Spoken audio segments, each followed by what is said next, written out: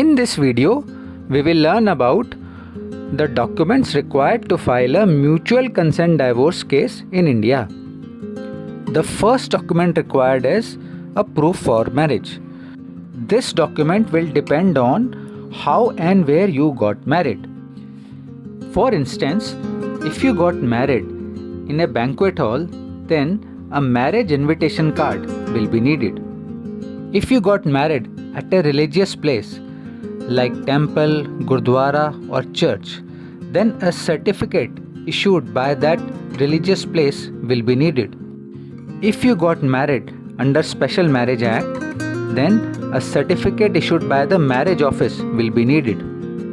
Now here one question arises that in case you got married at a religious place, then for the purpose of divorce, is marriage registration necessary? The answer to that question is no.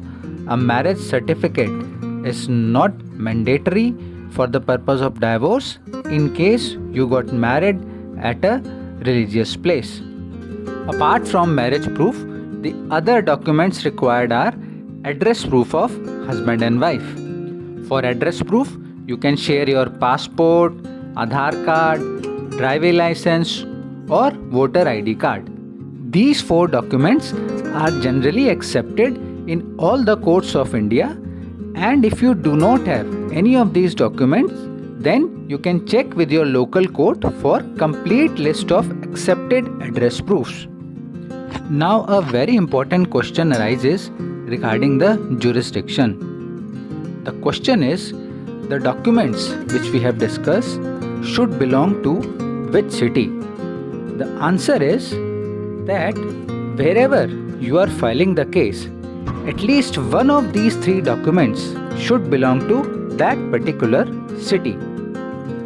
Now one last thing which needs to be discussed is, if the marriage was solemnized in a religious way in one city and it got registered in some other city, then for the purpose of jurisdiction, which of these cities will be considered?